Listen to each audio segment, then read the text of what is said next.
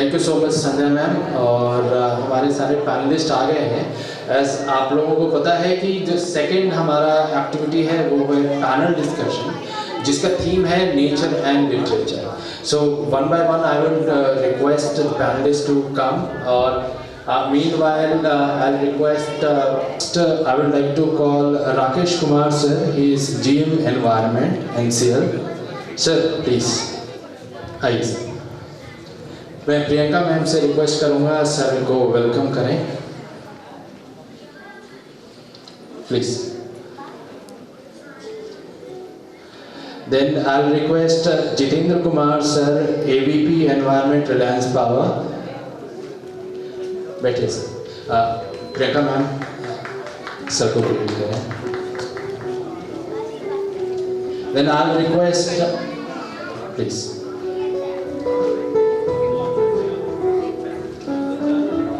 I'll request Sanjay Prakash Yadav sir, AGM Environment NTPC Vindhyachal sir, please. Priyanka ma'am sir आए इधर ही centre please. I'll request Dr. Rajesh Vaid sir, MD Pathology or Nodal Immunoglobulopathy, District Singrauli. Sir, please. Priyanka ma'am. Now I'll request Renu Agarwal ma'am to come on the stage, please. Renu Agarwal ma'am, President Singrauli Literary Club. Priyanka ma'am, please. Center.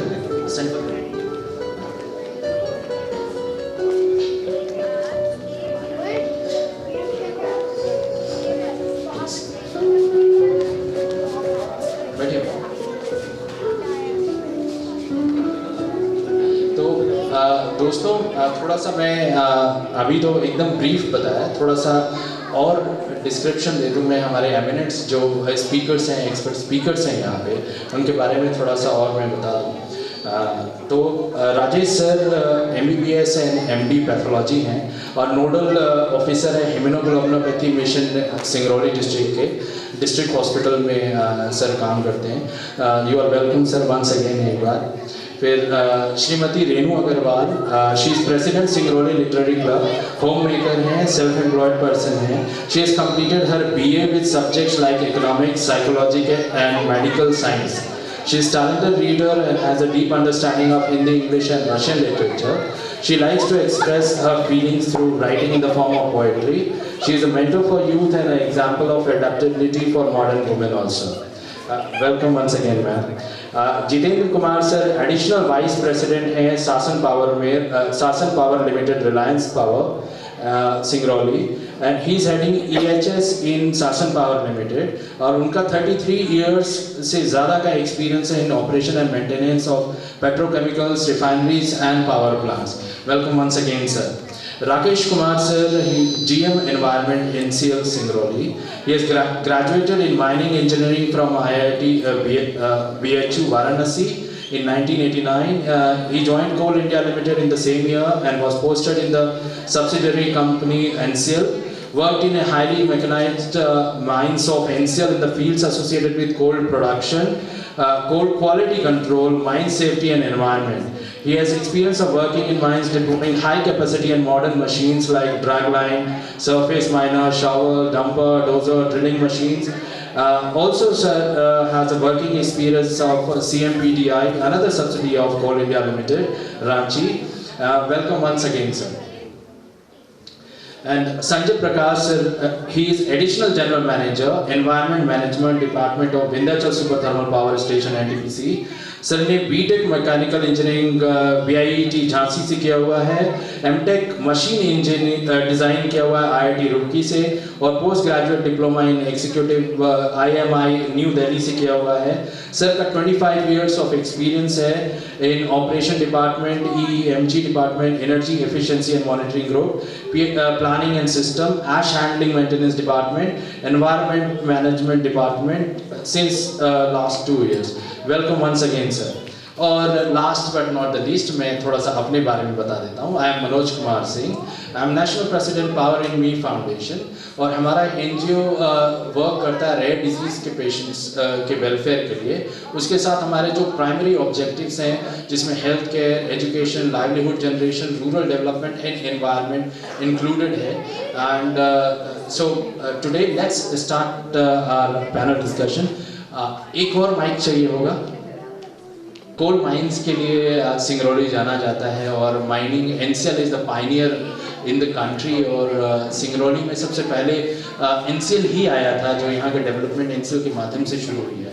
तो sir कुछ हमें NCL क्या कर रहा है यहाँ पे mining के टर्म्स में, और टेक्नोलॉजी यूसेज जो एनवायरनमेंट फ्रेंडली बनाता है उसके ऑपरेशंस को, प्रैक्टिस को, बिकॉज हमें जो हम लोग पढ़ते हैं और जो नॉन प्रैक्टिकल लोग हैं जिन्हें पता नहीं है कि कैसे ऑपरेशंस काम करता है, हमारे लिए ये है कि माइनिंग से बहुत डस्ट क्रिएट होता है, उससे एनवायरनमेंट पोल्यूशन भी क्रिएट होता है। तो उसको मिनिमाइज करने के लिए क्या टेक्नोलॉजी और क्या सिस्टम आप लोग यूज़ कर रहे हैं, थोड़ा सा उसके बारे में। Thank you for inviting me in this panel discussion.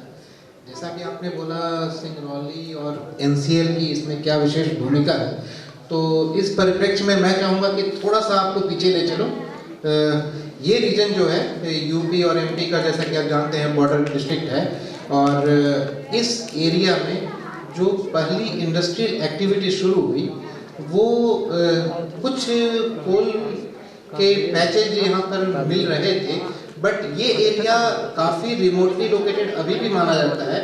लेकिन अगर आप 60s की बात करें, अर्ली 50s और 60s की बात करें, तो वो सिचुएशन ये था कि अगर आप वाराणसी से इधर आएँ तो चोपन में जो सोन नदी है उसके कोई पुल नहीं था, कोई व्हीकल के आने का रास्ता नहीं था। तो उस ज़माने की बात है जब यहाँ कई साल अकाल पड़ा था, तो उस समय यहाँ के लोकल अथॉरिटीज़ ने जब स्टेट गवर्नमेंट से रिक्वेस्ट की, तो पहली बार गोविंद बल्लभ पंत जो उत्तर प्रदेश के पहले मुख्यमंत्री थे, वो इस क्षेत्र में आने की इच्छा व्यक्त किए, और उस समय यह इलाका, उत्तर प्रदेश का इलाका, मिर्ज़ापुर डिस्ट्रिक्ट के अंडर आता था। और उस समय ये कहा जाता है कि मिर्ज़ापुर कलेक्ट्रेट में कोई ऐसे अधिकारी नहीं थे जो बताएं कि चोपन के इधर भी हम कभी आए हैं। जब मुख्यमंत्री जी बोले कि हम इस क्षेत्र में जाना चाहते हैं, तब कई गाड़ियों को बोट से पार करा करके इस क्षेत्र में लाया गया और उनके इस दौरे की व्यवस्था की गई। और कहा जाता है कि वो इस क्षेत्र की गरीबी और अकाल की विभीषिका को देखकर बड़े द्रवित हुए थे, और ये पता चला था उन्हें कि घास की एक किस्म है जिसके अंदर के कुछ पतले कण को उबाल करके खाया जा सकता है, उसको भी लोग खा रहे थे उस समय। उन 4-5 सालों के अकाल के बाद ये स्थिति आई थी। तो उस परिप्रेक्ष्य में जब उन्होंने पंडित जवाहरलाल नेहरू जी से जाकर निवेदन किया था कि हमारे इस स्वाधीनता का क्या मतलब हो जाएगा अगर हमारे नागरिक इस परिस्थिति में भी रहें, तो उस समय ये पृष्ठभूमि तैयार हुई थी कि इस इलाके के लिए क्या किया जा सकता है। और उस समय पंचवर्षीय योजनाओं का कार्यकाल हुआ करता था, और उस समय रिहंद डैम के निर्माण की परिकल्पना हुई। ये मैं इस परिप्रेक्ष्य में इसलिए कह रहा हूँ कि आज हम जरूर समझते हैं कि औद्योगिक गतिविधियों के कारण बहुत सारा पॉल्यूशन हो रहा है, लेकिन उसकी ज़रूरत क्यों पड़ी थी वो आप देखेंगे। तो पहले वो डैम बनाया गया ताकि इसके आसपास के क्षेत्रों में सिंचाई की व्यवस्था हो और लोगों का जीवन सुखद रूप से चल सके। जब उसकी परिकल्पना साकार की जा रही थी, तब हुआ कि इकोनॉमिकल आप बैलेंस क्रिएट नहीं कर सकते अगर डैम बना दिए तो हाइडल प्रोजेक्ट न बनाए तो उसके साथ में 50 मेगावाट के 6 या 5 यूनिट्स का लेकर के उसकी परिकल्पना हुई। अब हुआ कि वो हाइड्रो इलेक्ट्रिसिटी को कैसे कंज्यूम किया जाएगा, वो जमाना नेशनल पावर ग्रिड का नहीं था, ठीक। तो उस समय के इंडस्ट्रियलिस्ट जो बड़े दो चार ही हुआ करते थे, आज के अडानी और अंबानी इस टाइप की चीज़ें नहीं थी उस समय, लेकिन उस समय टाटा और बिरला ये काफ़ी ये थे। उनसे जब कांटेक्ट किया गया तो कहा जाता है कि बिरला जी अपनी इंडस्ट्री लगाने के लिए तैयार हुए। तो इस क्षेत्र की पहली जो औद्योगिक गतिविधि हुई वो थी रिहंद डैम का कंस्ट्रक्शन और उसके कारण हिंडाल्को का यहाँ बनना। क्योंकि जैसा कि आप सभी जानते होंगे कि जो मेटल बेनिफिशिएशन का प्रोसेस होता है उसमें सबसे ज़्यादा इलेक्ट्रिसिटी कंजम्पशन वाली इंडस्ट्री मानी जाती है एल्यूमिनियम। तो इसीलिए हिंडाल्को का वो प्लांट बना और उसके कारण ये एक्टिविटी शुरू हुई। कोयला और बिजली यहाँ बहुत बाद आया। उसके बाद इस क्षेत्र का जब एक बहुत डिटेल सर्वे कराया गया गवर्नमेंट ऑफ इंडिया ने रशियन एक्सपर्ट के थ्रू कराया, तो पता चला कि इस क्षेत्र में कोयला भी काफ़ी है। तो अब जब कोयला है, आसपास में पानी है, डैम बना था किसी और कारण से, लेकिन वो है, तो इसको उस समय के जो नीति निर्माता लोग थे हमारे देश के, वो समझे कि यह प्रकृति का एक वरदान है कि कोयला भी यहाँ मिल गया है और पानी की व्यवस्था हमने कर ली है किसी और कारण से ही। तब हुआ कि अब तो बहुत आइडियल सिचुएशन है, यहीं पे थर्मल पावर्स लगाए गए हैं। तो जैसा कि शायद आप लोगों को पता हो, एनटीपीसी को तो पता ही होगा कि एनटीपीसी की पहली यूनिट यहाँ पर 75, if I am not wrong, 78 में, और शायद उसके भी फाउंडेशन स्टोन ले करने के लिए मिसेज इंदिरा गांधी आई थी। At that time she was prime minister, और वो एनटीपीसी की स्थापना शुरुआत हुई। ठीक, तो इस तरह से ये ताना बना हुआ, और तब उस समय इसे नाम दिया गया एनर्जी कैपिटल ऑफ इंडिया। ऐसा क्यों है? क्योंकि मैं जब इस इंडस्ट्री को ज्वाइन किया after graduation, at that time total installed capacity of electricity generation through thermal power was only 60,000 megawatt. Out of those 60,000 megawatt, 10,000 megawatt capacity was belonging to just Singrauli area at that time, 1989-90 के समय में। तो इसलिए इसे energy capital कहा गया। ठीक है, वो प्रोडक्शन उस समय करीब 11 मिलियन टन कोल का था। आज बढ़ते बढ़ते हम 139 तक पहुँचे हैं। तो ये सिनेरियो है कि ये स्थिति इस क्षेत्र में कैसी थी और क्यों इस क्षेत्र को औद्योगिक गतिविधियों के लिए चुना गया, और अल्टीमेटली ऐसा हुआ कि डेफिनेटली जो हम कहते हैं कि एक कैरिंग कैपेसिटी किसी एरिया की औद्योगिक गतिविधि को चलाने के लिए, वो प्रकृति के किसी वरदान के कारण ही सही यहाँ इतनी ज़्यादा थी कि आज हम 139 मिलियन टन कोल का प्रोडक्शन कर रहे हैं इस क्षेत्र में, और करीब करीब 70 मिलियन टन कोयले के आधारित बिजली भी हम यहाँ पैदा कर रहे हैं। तो ये तो इस क्षेत्र के सिनेरियो की बात हुई कि क्यों ये क्षेत्र प्रकृति के वरदान के कारण इतना फला फूला है औद्योगिक गतिविधि के लिए। निश्चित रूप से इसका एक साइड इफेक्ट जो हम पॉल्यूशन के रूप में लेते हैं वो भी हमें देखने को मिला है। लेकिन अभी भी एक बात कहूँगा कि जब जैसे हम लोग देख रहे हैं कि इंटरनेशनल प्रेशर, जो इन्वायरमेंटलिस्ट का प्रेशर, ये हमें प्रेरित कर रहा है कि हम इको फ्रेंडली सिस्टम की तरफ जाएं, हम फॉसिल फ्यूल को कम करें। लेकिन अभी भी जो हमारे पास तकनीक अवेलेबल है, तकनीक का मेरा मतलब है जो सस्ती तकनीक जिसके थ्रू हमारे जैसे डेवलपिंग कंट्री कोप कर सके, उसमें हमें कोयला बेस्ड इलेक्ट्रिसिटी जनरेशन की तरफ जाना हमारी मजबूरी है अभी के लिए। और हमारी इंस्टॉल्ड कैपेसिटी आज की डेट में भी more than 50% non fossil fuel की हो चुकी है। सोलर, विंड, ये सब के थ्रू हमारी कैपेसिटी जो है, इंस्टॉल्ड कैपेसिटी वो हो चुकी है मोर देन 50%। लेकिन जहाँ तक इलेक्ट्रिसिटी जनरेशन का सवाल है, हम अभी भी 75% प्रोडक्शन कर रहे हैं थ्रू फॉसिल फ्यूल। ठीक है, तो ये आप समझ सकते हैं कि सोलर की तरफ इंस्टॉल्ड कैपेसिटी बढ़ने के बावजूद वो कंट्रीब्यूशन हमें नहीं मिल रहा है। रीजन उसका डेफिनेटली बहुत सारे हैं, जैसे वो केवल दिन में मिलेगा, मौसम के अनुसार वो बदलेगा, और जब दिन में मिलेगा जो रात में कंजम्पशन हमारा ज़्यादा रहेगा, तो उसके लिए जो स्टोरेज कैपेसिटी की ज़रूरत होती है, वो टेक्नोलॉजी आज की डेट में भी बहुत महंगी है, और इतनी महंगी है कि हम उसको एफोर्ड नहीं कर सकते। डेफिनेटली ये कहा जा सकता है कि नहीं इन्वायरमेंट के लिए आप ये सारी चीज़ें कर लीजिए, लेकिन अल्टीमेटली इकोनॉमिक से ये तो ड्रिवन होना ही है। आज हमारे देश में बिजली का दाम दोगुना कर दिया जाए, तो आप ही सोचिए वो उस परिस्थिति की कि उस परिस्थिति में कितने लोग ऐसे होंगे जो उसको अफोर्ड कर पाएंगे उस एनर्जी को। तो अफोर्डेबल एनर्जी प्रोवाइड कराना अल्टीमेटली इस वेलफेयर कंट्री में गवर्नमेंट की है, और उसके कारण ही ये सारी इकोनॉमिक एक्टिविटी चल रही है। अब थोड़ा सा अगर एनसीपी की बात पर करें, तो कोल प्रोडक्शन की जो बात होती है, तो सबसे बड़ी बात कि कोल प्रोडक्शन हम किसी भी जगह नहीं कर सकते, ये हमारी इच्छा से नहीं हो सकता। प्रकृति ने जहाँ कोयला दिया है, हमें खनन वहीं करना पड़ेगा। बाकी इंडस्ट्री के साथ थोड़ी बात अलग है, जैसे एनटीपीसी प्लांट यहाँ लगाए, चाहे दिल्ली के पास लगा ले, ये उनके लिए केवल कोयला भेजने और ये सब की बात रहेंगी। लेकिन मैं चाह करके भी उत्तर प्रदेश के या राजस्थान के किसी रेगिस्तान इलाके में माइन नहीं खोल सकता हूँ अगर वहाँ प्रकृति ने कोयले का रिजर्व नहीं दिया है।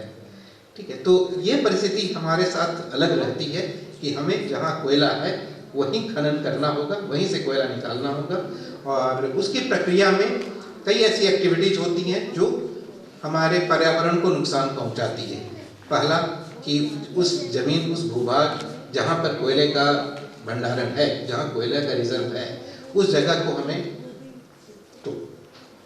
तोड़ना पड़ता है, वहाँ के पेड़ों को काटना पड़ता है, वहाँ की मिट्टी की जो उर्वरा शक्ति है वो खत्म होती है, ये सारी चीज़ें हैं। उसके बाद जब हम नीचे की तरफ जाएंगे तो पावर, उसका वाटर टेबल वगैरह है वो डिस्टर्ब होता है। तो ये जो चीज़ें हैं, और उसके कारण जैसा कि आप बोले कि जब हम कोयले को इधर से उधर ट्रांसपोर्ट कर रहे हैं या ब्लास्टिंग कर रहे हैं तो उससे वायु प्रदूषण जो होता है, ये चीज़ें हैं जो ज़्यादा हमें प्रभावित करती हैं इससे।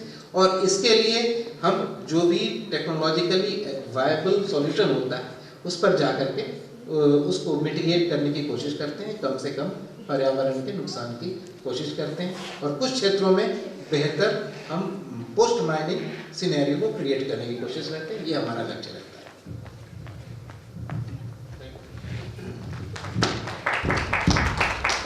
Thank you so much sir. आपने बहुत से लोगों को ये हिस्ट्री नहीं पता होगी कि कैसे सिंगरौली के अंदर असल में इंडस्ट्रियलाइजेशन स्टार्ट हुआ, और क्योंकि हम लोग तो नेटिव हैं यहाँ से। मेरे पापा one of the initial employees थे आपके एनसीएल के भी और एनटीपीसी के भी। पापा बीना प्रोजेक्ट से शुरू किए थे, फिर बाद में जब एनटीपीसी यहाँ पे आया तो एनटीपीसी के शुरुआती दिनों से यहीं पे थे। शक्तिनगर और विंध्यानगर दोनों जगह पापा रहे। विंध्याचल से रिटायर हुए हैं। तो वो स्टोरी जैसे आप सर बता रहे हैं कि घास खाना पड़ता था, तो वो बताते हैं कि उनके समय में इतना हालत ख़राब था कि कोदो खाया जाता था और महुआ बीन के खाते थे। तो वो एक समय था जब आज तो हमारे खेतों में धान भी हो रहा है, गेहूं भी हो रहा है।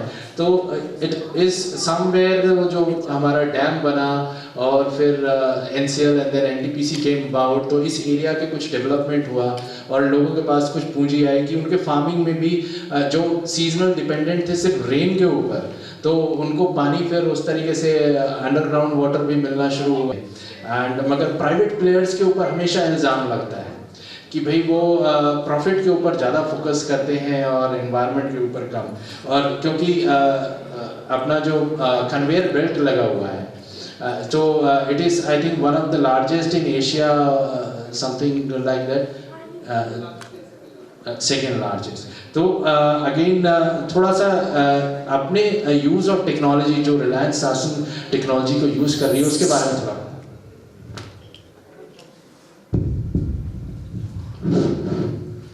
गुड आफ्टरनून, नमस्कार। Thank you so much Manoj ji, आपने इनवाइट किया और मुझे इस प्रोग्राम का हिस्सा बनाया। And I feel blessed to be part of this today's session.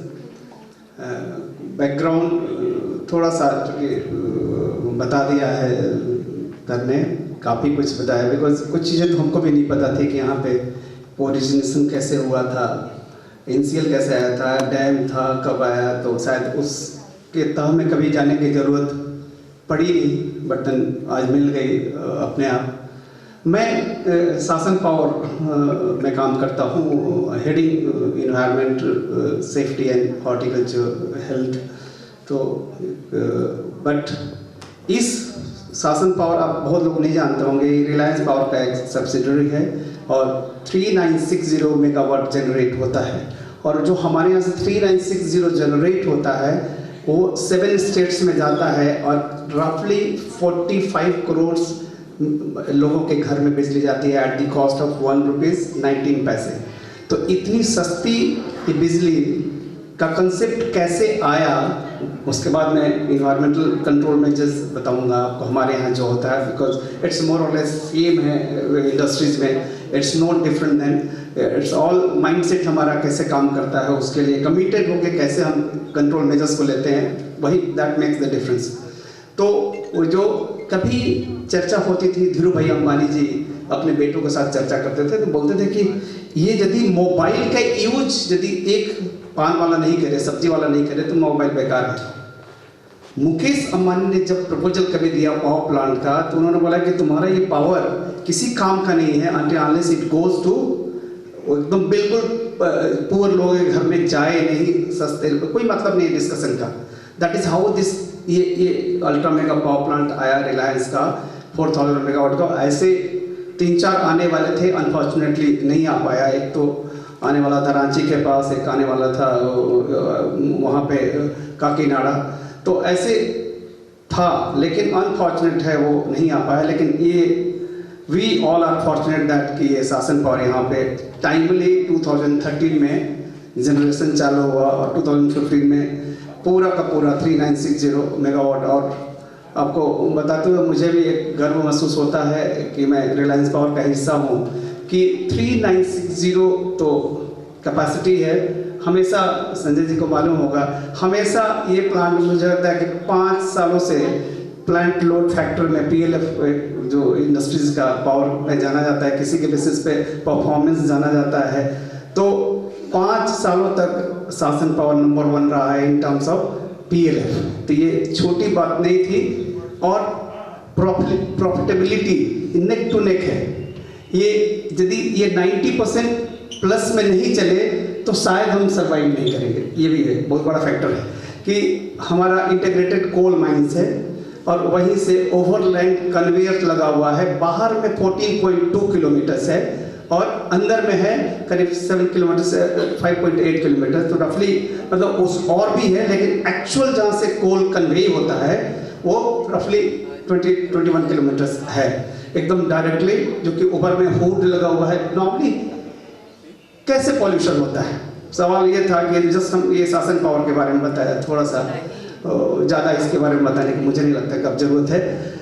Control measures क्या है, तो सबसे बड़ा कंट्रोल मेजर्स कोयला जस्ट लाइक वहाँ से आप निकाल के आप भेज दे वो ऐसा तो है नहीं, तो क्रशर्स हैं, क्रशर्स में डस्ट एक्सट्रैक्शन सिस्टम लगे होते हैं। क्रशर जहाँ कोयला क्रश होगा, जनरेट होगा कोल डस्ट, तो डस्ट एक्सट्रैक्शन सिस्टम सेपरेशन उस एक्सट्रैक्ट करेगा, फिर सेपरेशन सिस्टम है, ये सिस्टम लगे हुए हैं। बाहर से शायद ये आम पब्लिक को ये समझ में नहीं आएगा, बिकॉज ये, और यदि ये आप नहीं लगाओगे, चाहे मैं हूँ या शासन पावर हो या NTPC हो, नहीं लगाओगे आपको ये आगे का परमिशन ही नहीं मिलेगा। आपको कंसेंट इन्वायरमेंट बोर्ड से, पोल्यूशन कंट्रोल बोर्ड से कंसेंट ही नहीं मिलेगा कि आप इसको रन करो। तो ये बेसिक नेसेसिटीज है इस माइंस का हो या पावर प्लांट का, कि यदि पावर प्लांट में भी ट्रांसफर पॉइंट्स हैं, कोल साइलो है, तो कोल जाएगा, कोल का हैंडलिंग करोगे आप, कोल डस्ट जनरेट होगा। अब सवाल है कि कैसे कंट्रोल करोगे, तो उसमें ऑटोमेटेड स्प्रिंकलर्स रहते हैं। एक कहा जाता है लीनियर हीट सेंसिंग के, मान लो कि कहीं कभी आग लगी और डस्ट भी हुआ, तो डस्ट के लिए तो बेसिकली नहीं है, वो हीट से जनरेट होता है, फायर होता है, उसके लिए है। लेकिन कहीं से भी उसमें इंटायर लेंथ में स्प्रिंकलर सिस्टम लगा हुआ है, कहीं भी कोल डस्ट होगा, सप्रेस होगा, ओकेजनली चलाते रहेंगे। कोल यार्ड है जहाँ पे कि कोल आता है, दो तरीके से कोल आता है। एक तो डायरेक्टली चला जाता है हमारा बंकर में, बंकर से आपका मिल के थ्रू बॉयलर में जाता है, बॉयलर से जनरेशन होता है। तो वो वहाँ तक जाने में जहाँ जहाँ हैंडलिंग पॉइंट्स हैं, वहाँ पे ये दोनों जो मैंने बताया, डस्ट एक्सट्रैक्शन सिस्टम और डस्ट सेपरेशन सिस्टम, ये दोनों लगा हुआ है, सो दैट कि डस्ट जनरेट नहीं हो। बाहर में तो कम जाएगा for the people who are actively involve in operation and maintenance. पहले तो उनके लिए चाहिए, यदि उनके लिए आप एक अच्छा एटमॉस्फेयर नहीं बना पाते हो तो कैसे बनाओगे, दूसरों के लिए कैसे आप इंश्योर करोगे? तो पहले खुद में आश्वस्त होना चाहिए। तो शासन पावर उसमें वेरी मच कंप्लायंट, और उसको मॉनिटरिंग कहीं ना कहीं कस्टोडियन मैं भी हूँ, तो चूँकि हेड कर रहा हूँ इन्वायरमेंट को, तो इन्वायरमेंट डिपार्टमेंट का मोरलेस काम क्या है?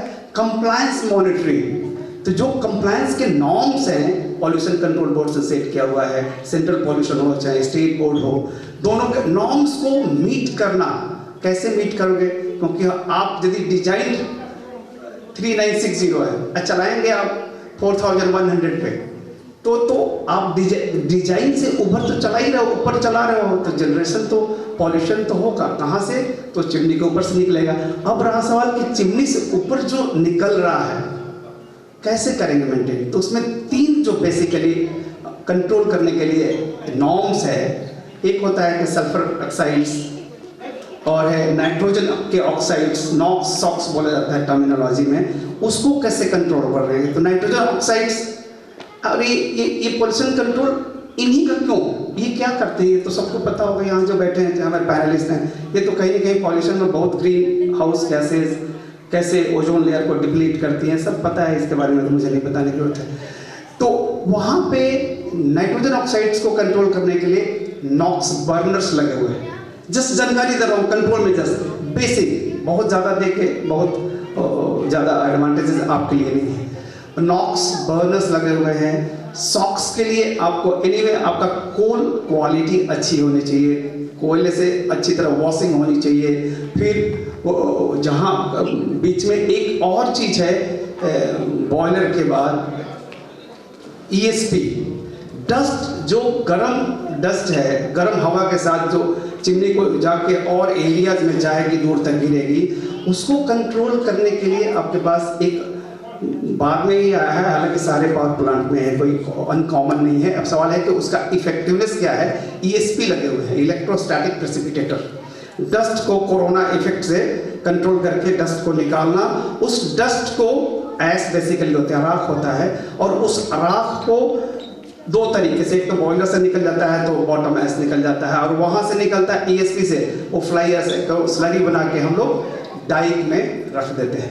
बहुत बड़ा चैलेंज है ये, बोलने में जितना आसान लग रहा है वैसा है नहीं। डाइक में डस्ट ऐश रखोगे, पूरा आबादी है, सराउंडिंग्स में आबादी है, तो आबादी हर वक्त एक पॉजिटिव आबादी है, एक नेगेटिव आबादी है।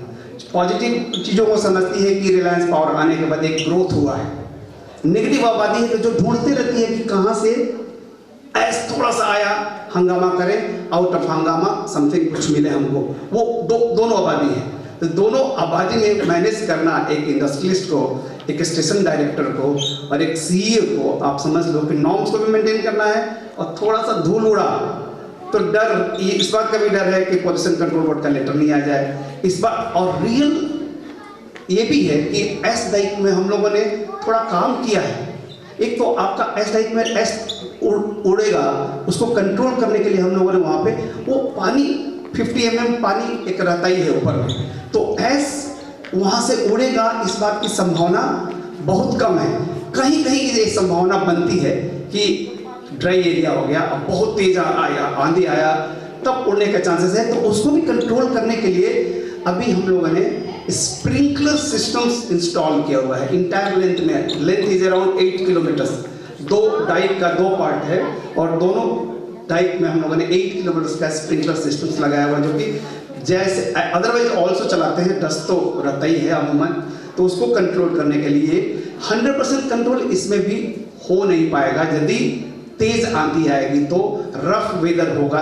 तो अब वैसे केसेस में पब्लिक को अवेयर होना पड़ेगा कि हमें अपने आप को कैसे बचाना है। तो ये हमारा डाइक में इंस्टॉलेशन है, और वहाँ पे दो अमूमन है ही है। और जो स्लरी जाता है, तो पानी जो वहाँ पे जाता है बेसिकली वेस्ट वाटर हो गया, और उस वाटर को हम रिसाइकिल करते हैं, वहाँ से लेके वापस हम रीयूज करते हैं सिस्टम में। तो ये चलते रहता है, ये साइकिल चलते रहता है ऑलमोस्ट। ये एस डाइक का अरेंजमेंट है हमारा कंट्रोल। कोल यार्ड है जहाँ पे कोल आता है, कोल को हम फीड करते हैं, वहाँ पे भी स्प्रिंकलर सिस्टम्स हैं, बहुत मतलब हाई कैपेसिटी के हैं कि डस्ट नहीं उड़े। कोल का हीप हम कम रखे हैं, कोल डस्ट से उड़ के बाहर जाने से रोकने के लिए हम लोगों ने बहुत लंबे लंबे पेड़ लगाए हैं, कैजुलिना ट्रीज जिसको बोलते हैं, उसका 5-7 लेयर है, तो चांस ही नहीं है कि जैसे बाहर जाने का, तो बहुत कम चांस है। फिर भी वो है 0.01% तो चांस है हमेशा बाहर जाने का। तो वो चीज़ है, इन चारों सिस्टम के अलावा मॉनिटरिंग भी रहता है, और कोल वाटर के लिए कोल सेटलिंग पीट बना हुआ है, तो उस वाटर को भी हम लोग रिसाइकल करते हैं। ये था हमारा कोल यार्ड मैनेजमेंट का और एस डाइक का।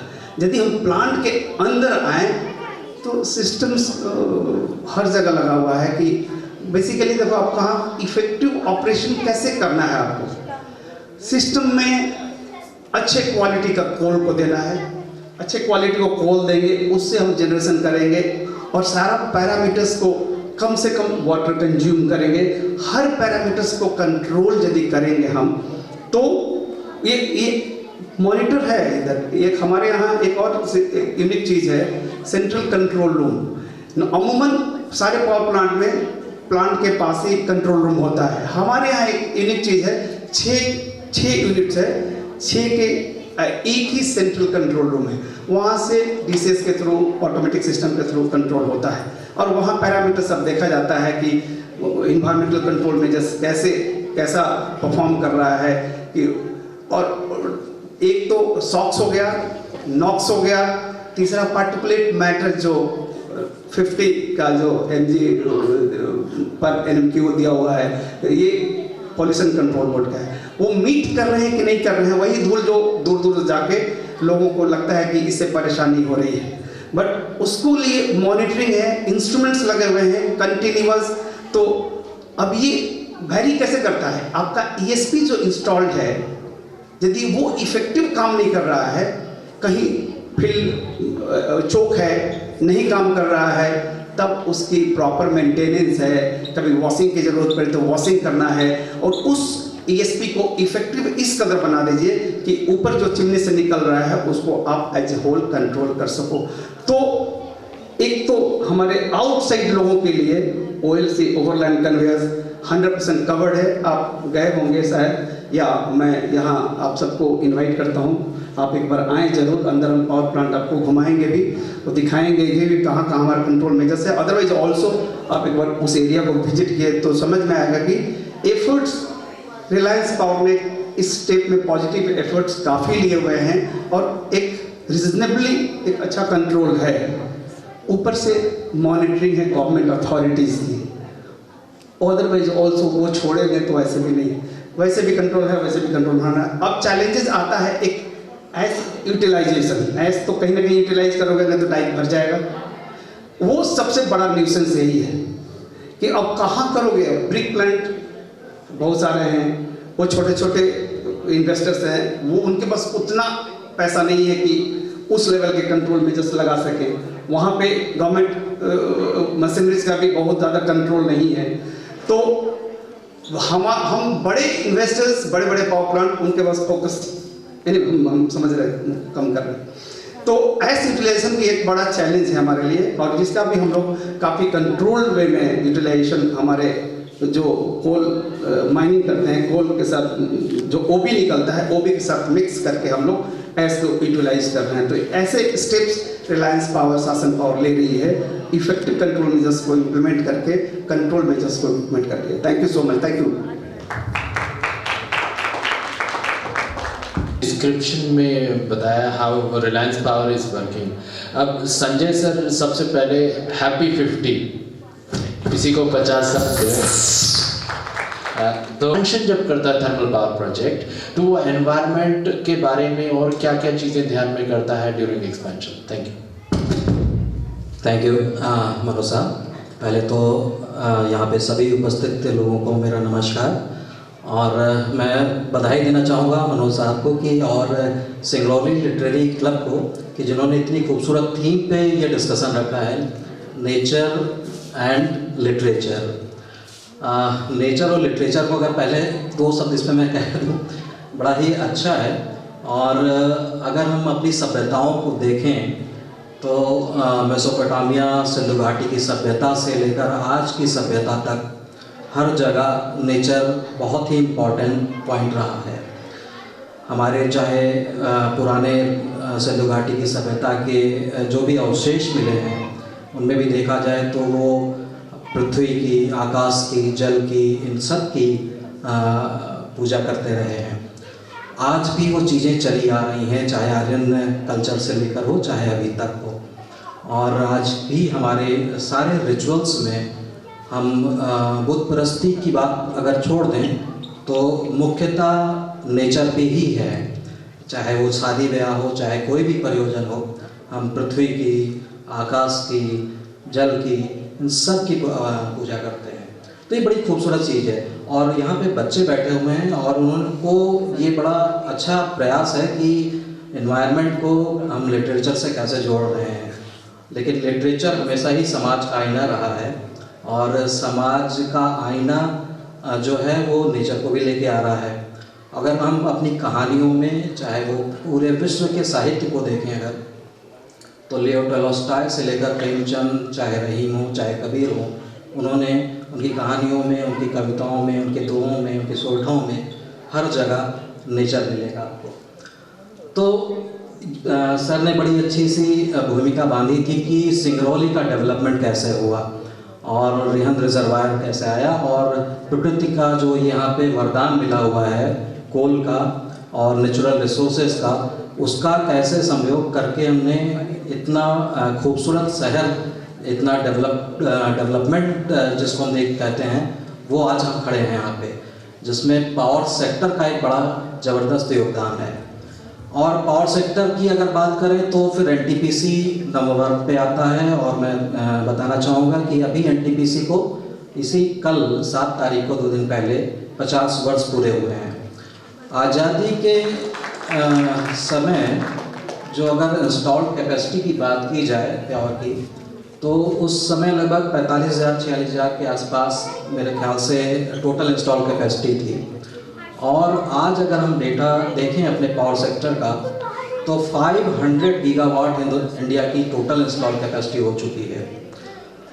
हाँ, इसमें सबसे major role definitely thermal power stations का है और 1975 में एनटीपीसी का जन्म हुआ, क्योंकि जो ग्रोथ थी देश की वो उसमें ये फील किया गया, क्योंकि पहले ये स्टेट चैप्टर होता था पावर जनरेशन, जिसमें इलेक्ट्रिसिटी बोर्ड्स के कंधों पे जिम्मेदारी थी।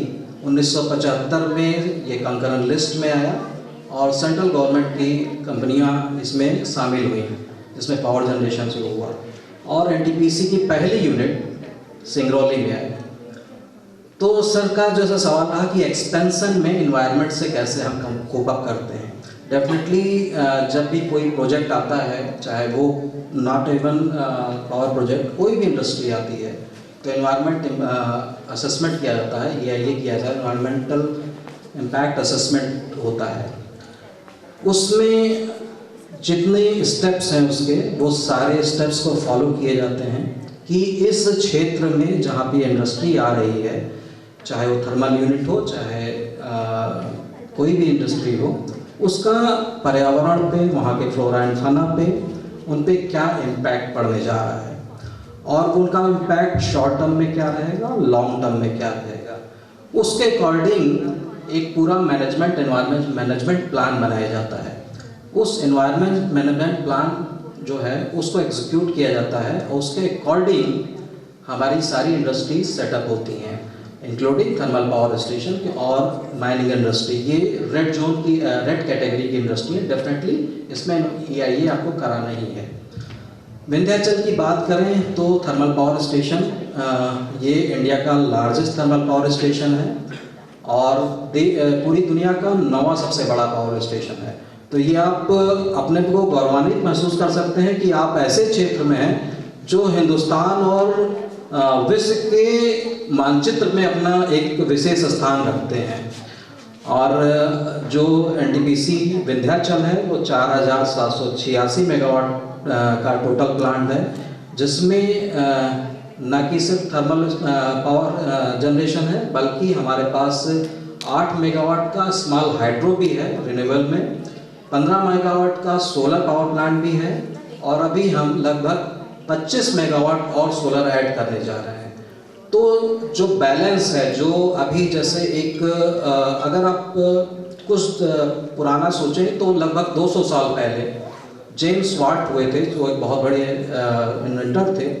उन्होंने कोयले का से स्टीम इंजन का इजाद किया और पूरी दुनिया में तहलका मच गया और वो तहलका ऐसा रहा कि पूरा इंडस्ट्रियलाइजेशन पूरी थर्मल कोल बेस्ड पावर पे होने लगा और 200 साल बीतते बीतते को अब जेम्स वाट को लोग भूल गए और थर्मल जो है कोयला अब एक दुश्मन बन गया है। तो वक्त के साथ चीज़ें बदलती रहती हैं और जो कभी हीरो थे वो अब जीरो हो रहे हैं। डेफिनेटली फॉसल फ्यूल एक बहुत बड़ा मेजर फैक्टर है ग्लोबल वार्मिंग और पोल्यूशन क्रिएशन में, लेकिन इसको सभी एक्सेप्ट भी करते हैं कि थर्मल पावर स्टेशन एक जो भी हैं कोल बेस्ड वो कल्प्रिट हैं, लेकिन और वो उसको मैं भी कहता हूँ कि इट्स नॉट गुड, बट अगर ये नहीं रहेंगे तो और भी ज़्यादा मुसीबत है। तो क्योंकि सर ने जैसे बताया कि रिन्यूएबल्स ऐड हो रहे हैं और डेफिनेटली रिन्यूएबल्स 50% अभी रिन्यूएबल, अभी आपने न्यूज़ में भी देखा होगा कि अगर पावर सेक्टर की न्यूज़ सुनेंगे तो इंडिया ने अपना जो टारगेट था वो बिफोर अचीव कर लिया है 50% रिन्यूएबल का एडिशन का। तो 500 गीगावाट में 250 से गीगावाट से ज़्यादा रिन्यूएबल्स ऐड हो चुके हैं, जिसमें विंड, सोलर, ये सारी जो क्लीन एनर्जी जिन्हें ग्रीन एनर्जी की बात कहते हैं वो है।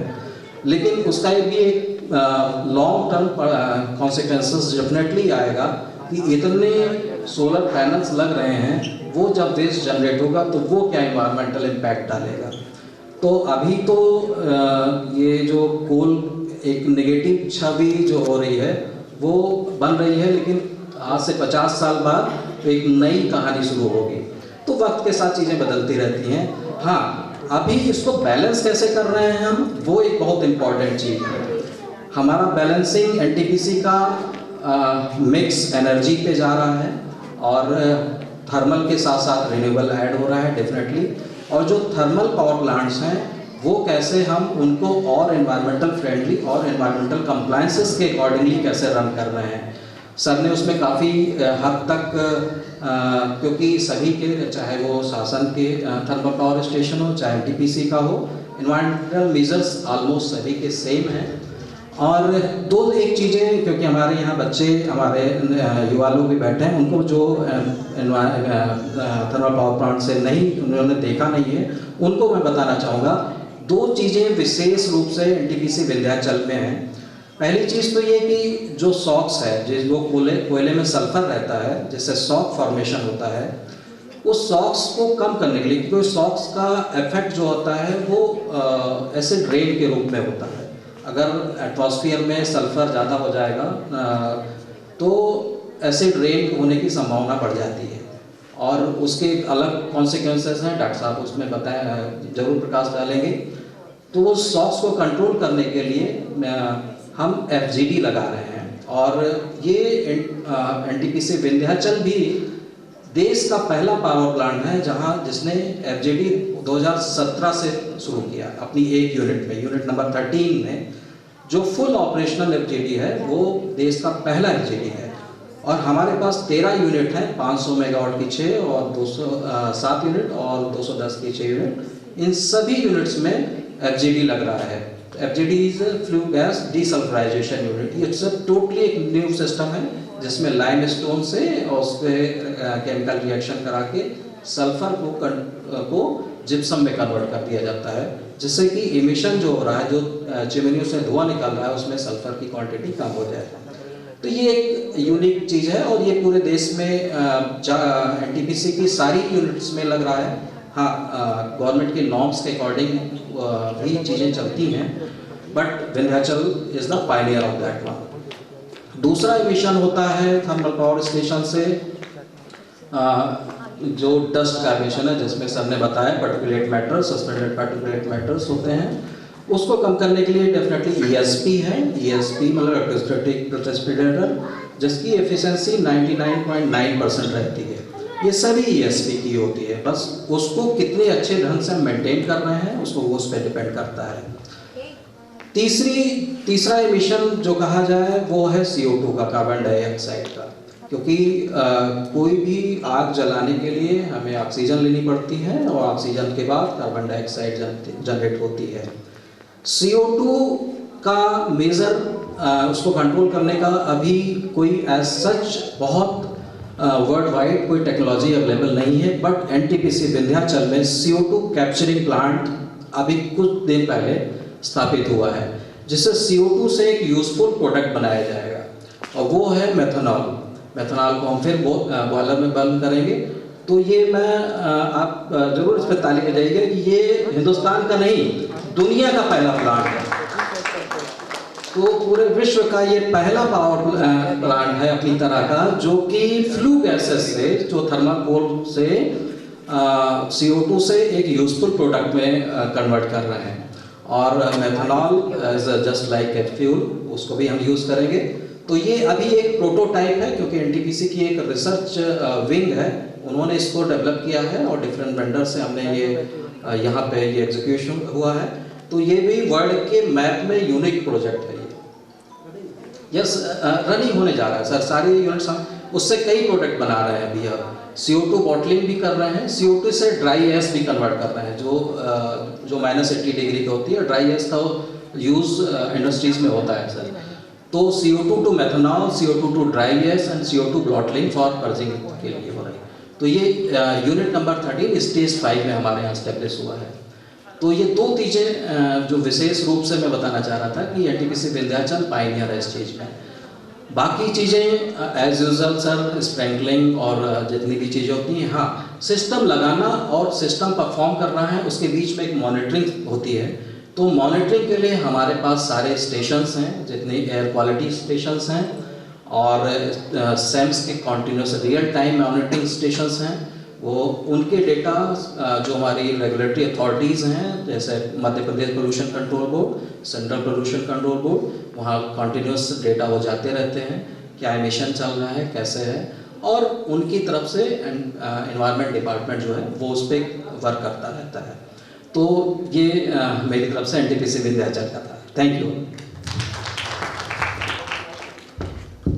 Thank you so much sir. अभी मैं राजेश सर से पूछना चाहूँगा। सर, पैथोलॉजिस्ट का ही सबसे बड़ा काम होता है किसी भी हेल्थ से रिलेटेड जब भी प्रॉब्लम आती है तो डायग्नोस करना, क्योंकि जनरली बाकी डॉक्टर सिम्टम्स देख के टेस्ट वगैरह करवाते हैं। तो मैं जानना चाहूँगा आपका एक्सपीरियंस यहाँ सिंगरौली के कंटेक्स्ट में भी कि एनवायरनमेंट से रिलेटेड कुछ हेल्थ के इश्यूज क्या आपको देखने को मिले, कुछ आपके ऑब्जर्वेशन के थ्रू कुछ ट्रेंड्स आपने ऑब्जर्व किए कि भाई ऐसे केसेस कुछ बढ़ गए हैं रिसेंट टाइम में, जो भी एनवायरनमेंट के चेंजेस हो रहे हैं, चाहे सीजनल आता हो या फिर टेम्परेचर राइज हो या फिर एनीथिंग, प्लीज़ आप थोड़ा सा साझा करें।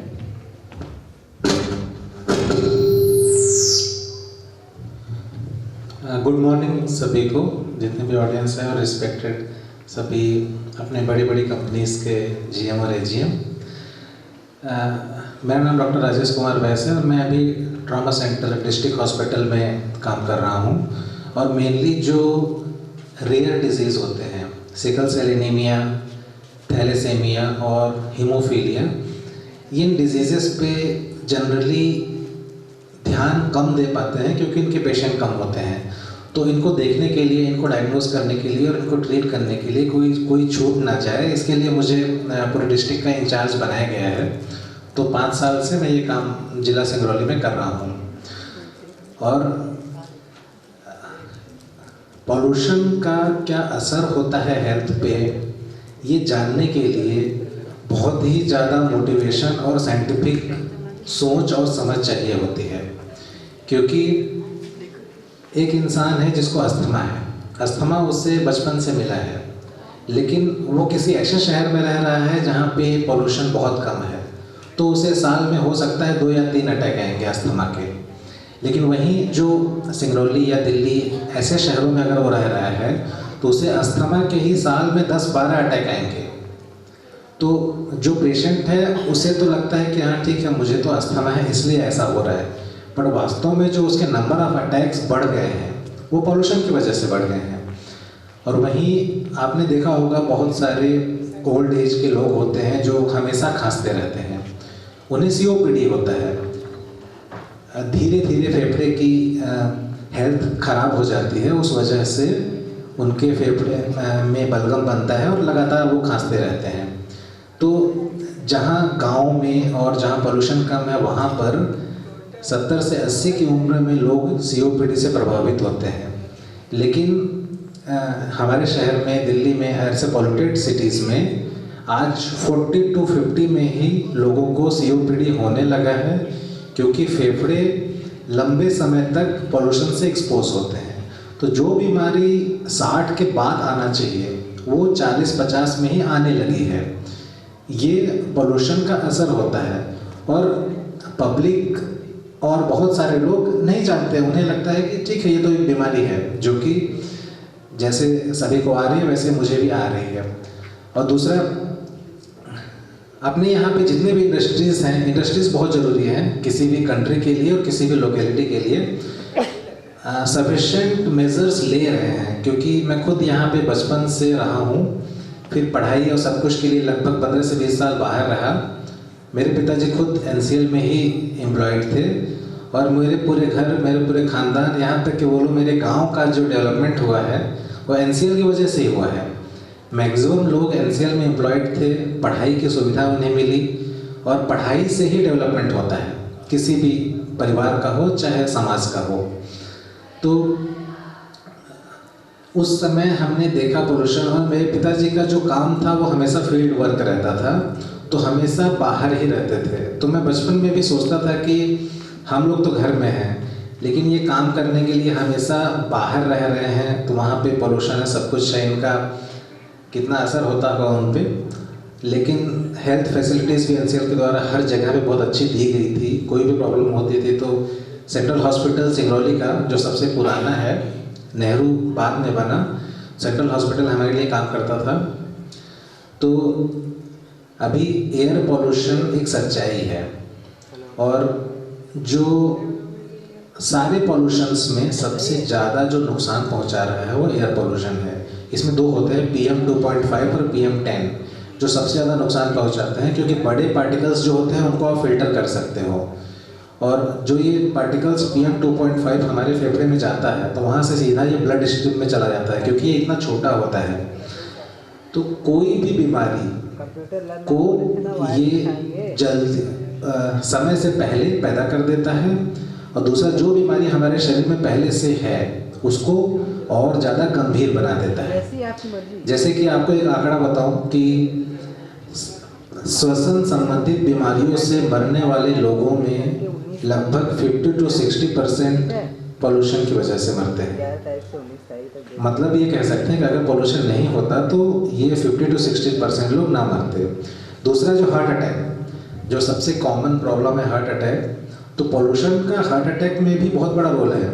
हार्ट अटैक से मरने वाले लोगों में लगभग 25 to 30% लोग पोल्यूशन रिलेटेड हार्ट अटैक से मरते हैं, जो कि समय से पहले आ जाता है। 70-80 की उम्र में हार्ट अटैक आना आम बात है, लेकिन 40 से 50 वर्ष की उम्र में हार्ट अटैक आना एक एबनॉर्मल है। मतलब कि आपको समय से पहले आपका हार्ट और आपकी बॉडी वीक हो गई है। तो हेल्थ इफ़ेक्ट्स की बात हो गई। अब हम कर क्या सकते हैं इन चीज़ों को रोकने के लिए, और कैसे पोल्यूशन से अपने शरीर को बचा सकते हैं, और बीमारियां होने के बाद भी क्या करना चाहिए हमें। तो सबसे पहले जो कंपनीज़ हैं और गवर्नमेंट है वो तो ध्यान दे रहे हैं, बट जो एक कमी मुझे दिखाई दी है वो है रिफॉरेस्टेशन में। आप जैसे कोल माइंस आए और चले गए तो जो बचा हुआ एरिया होता है उसमें बहुत एग्रेसिवली रिफॉरेस्टेशन होना चाहिए। और दूसरा, पौधों का इतना बड़ा रोल है पोल्यूशन को कंट्रोल करने में कि अगर हमारे शहर में, जैसे बैठन और पूरा शहर मान लें, अगर हम प्लांट कवर को सिर्फ 10% बढ़ाते हैं, पौधों की मात्रा को सिर्फ 10% बढ़ा दें, तो हमारा पोल्यूशन 25 से 30% कम हो जाएगा अपने आप। भले ही पावर प्लांट और सब चल रहे हैं, क्योंकि ये जो पौधे होते हैं ये PM 2.5, PM 10 पार्टिकल्स को भी एब्जॉर्ब करते हैं और कार्बन डाइऑक्साइड को भी एब्जॉर्ब करते हैं। तो किसी भी ऐसे शहर में जहाँ पे इंडस्ट्रीज़ हैं और कोल माइंस एंड पोल्यूशन के सोर्सेज बहुत ज़्यादा हैं, वहाँ पे इंडस्ट्रीज़ को भी और गवर्नमेंट को भी और पब्लिक को भी बहुत ज़्यादा ध्यान देना चाहिए कि ज़्यादा से ज़्यादा पौधे लगाएं। चाहे सड़कों के बगल में लगाएं, खाली जगहों में लगाएं। जो गवर्नमेंट की खाली ज़मीन है उसमें गवर्नमेंट नगर निगम से बात करके फॉरेस्टेशन डेवलप करें।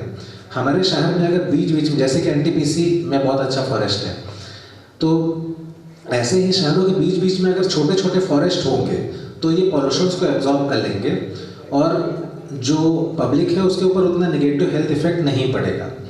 और दूसरा पब्लिक क्या कर सकती है, पब्लिक को हमेशा पॉल्यूशन के बारे में जागरूक रहना चाहिए। वाटर कंटामिनेशन हो रहा है तो गवर्नमेंट को जो पुअर एरियाज है वहाँ पे साफ ड्रिंकिंग वाटर प्रोवाइड करना चाहिए। और अगर आप ऐसे एरिया में रह रहे हैं जहाँ पे कुछ पर्टिकुलर टाइम पे पोल्यूशन बढ़ जाता है तो कोशिश करें कि इंडोर रहें। और उस जैसे मॉर्निंग में सबसे ज़्यादा प्रेसिपिटेशन होता है, तो जब पोल्यूशन ज़्यादा है ठंडियों में बढ़ता है क्योंकि ठंडियों में हवा कम चलती है, तो सुबह सुबह जो बहुत ज़्यादा विगरस हेल्थ एक्टिविटी है वो कम करें। एयर क्वालिटी इंडेक्स का ध्यान रखें। एयर क्वालिटी इंडेक्स अगर 250-300 से ज़्यादा है तो आउटडोर एक्टिविटी को लिमिट करना है, घर में रहना है, कुछ चीज़ों का ध्यान देना होता है। और दूसरा, गवर्नमेंट के साथ मिल के या कैसी भी हो जो हमारी पब्लिक एंटिटीज़ होती हैं, जैसे जो NGOs हैं, और स्कूल भी अपने आप एक बहुत बड़ा इंस्टीट्यूट होता है, इतने सारे स्कूल हैं, हर कोई अगर फॉरेस्टेशन पे ध्यान दे तो ही हम पोल्यूशन को कंट्रोल कर पाएंगे। Thank you very much. Thank you so much sir, इतना डिटेल में आपने हमें बताया कि हेल्थ पे एनवायरनमेंट का क्या इम्पैक्ट पड़ता है। और हम खुद ठीक है, कंपनियां और गवर्नमेंट की तो रिस्पॉन्सिबिलिटी है, पर एज ए इंडिविजुअल हमारी भी रिस्पॉन्सिबिलिटी है, हम कितने सचेत हैं अपने एनवायरनमेंट के प्रति और अपने स्वास्थ्य के प्रति। अब मैं रेनू मैम के पास आना चाहूँगा। मैम, आपसे मैं पूछना चाहूँगा कि लिटरेचर का नेचर के कंजर्वेशन में अभी हम सब बात कर, हाँ, अभी जैसे हम लोग बात कर रहे थे कि जैसे कैसे एनवायरमेंटल पोल्यूशन क्रिएट हो रहा है और मेजर्स इंडस्ट्री ले रही है, तो हमारा साहित्य इसने क्या रोल निभाया है नेचर के प्रिजर्वेशन के लिए या कंजर्वेशन के लिए? थोड़ा हमें जागरूक करें। Thank you. Thank you Manoj ji. यहाँ बैठे सभी गुणीजनों का मैं दिल से अभिनंदन करती हूँ और सभी उत्सुक श्रोताओं का भी मैं अभिवादन करती हूँ। मैं मनोज जी को इस बात के लिए बधाई दूंगी कि आज विज्ञान और कला का संगम है, क्योंकि विज्ञान दिमाग से सोचता है और कला दिल से। नेचर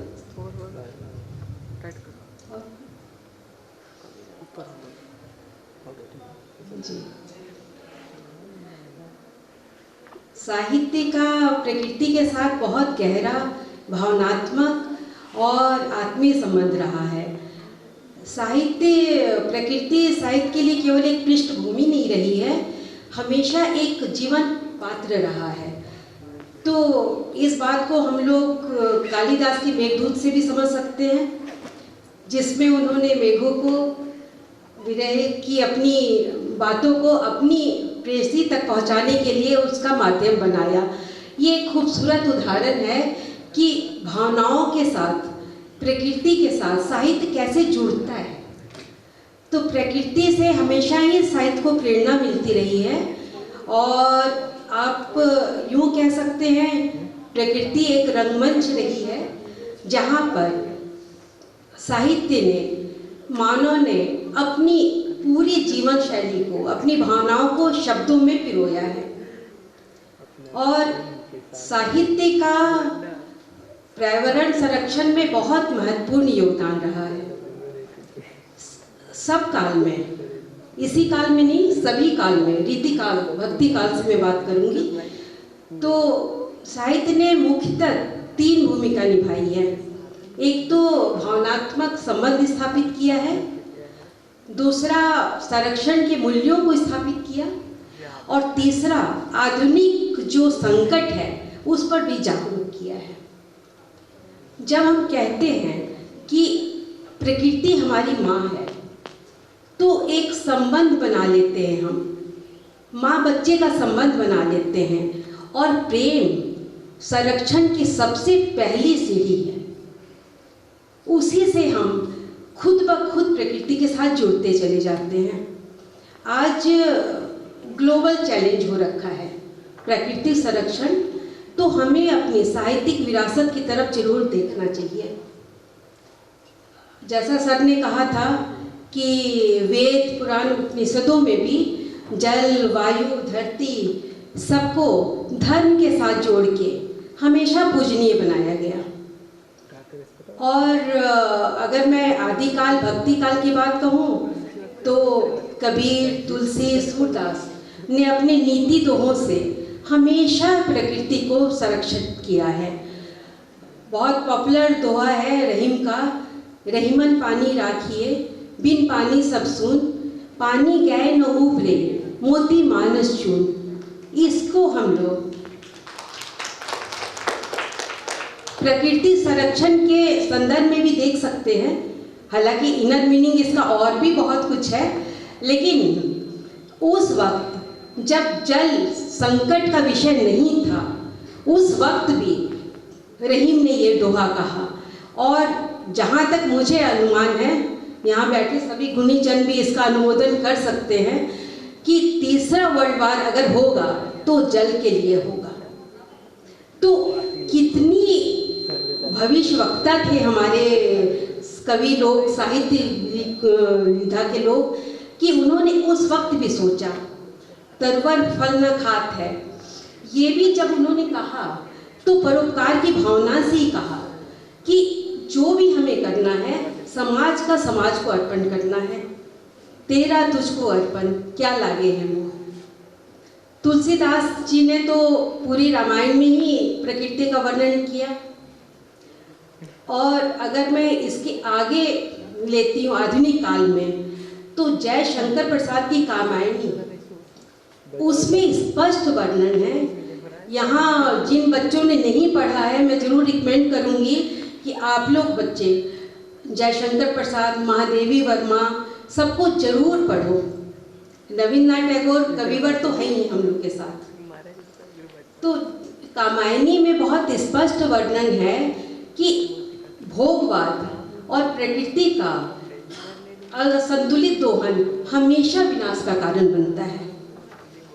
और उनका कहना है कि अगर मनुष्य अपनी सीमित साधन में रहे तो कभी भी कोई चीज विनाश नहीं करती है।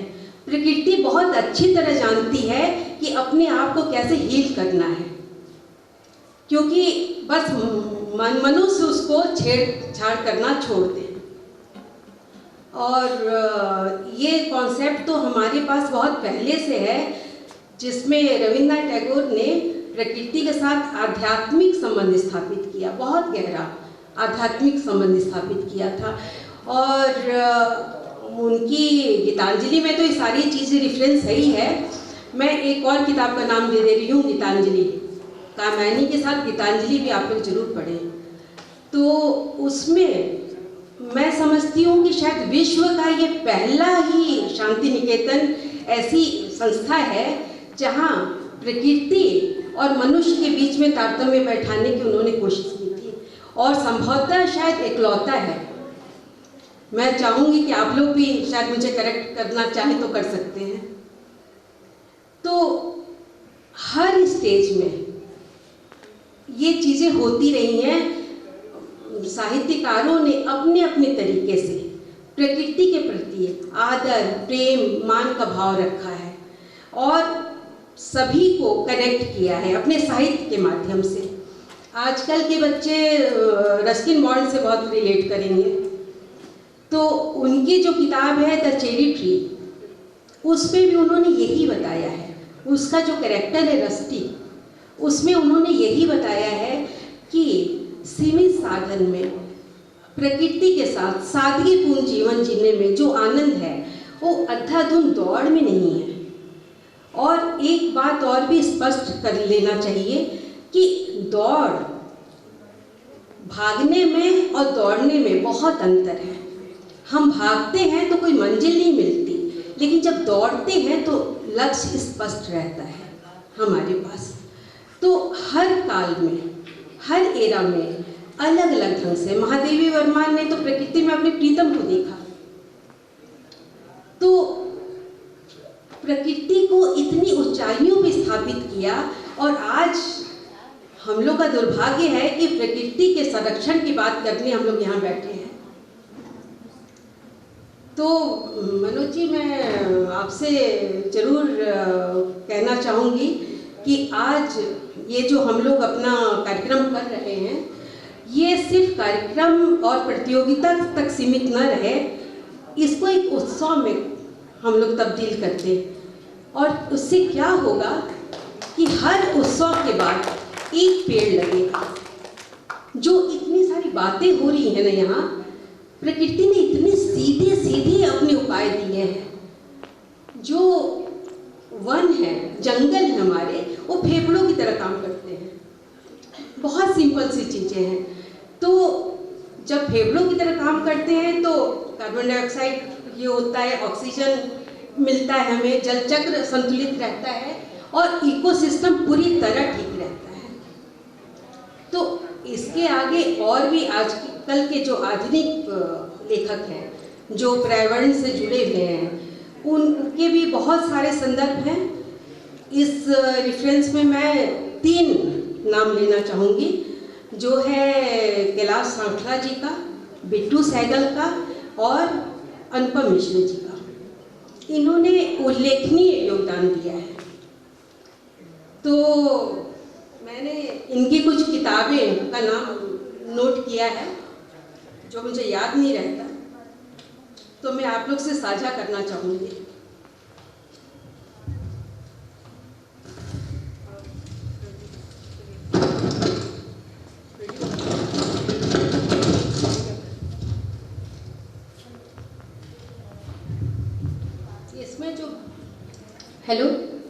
इसमें जो बिट्टू सहगल जी हैं, इन्होंने सेंचुरी एशिया नामक पत्रिका का संपादन किया और इसके संस्थापक भी हैं। और इसमें इन्होंने जंगली आवासों के प्रति प्रेम और संरक्षण के मिशन को आगे बढ़ाया है। और किड्स के लिए किड्स फॉर टाइगर एक शैक्षणिक प्रोजेक्ट शुरू किया, जिससे बच्चे भी जानवरों से प्रेम करना सीखें। जानवरों से प्रेम मतलब डॉगी को पाल लेना और कैट को रख लेना नहीं होता बेटा।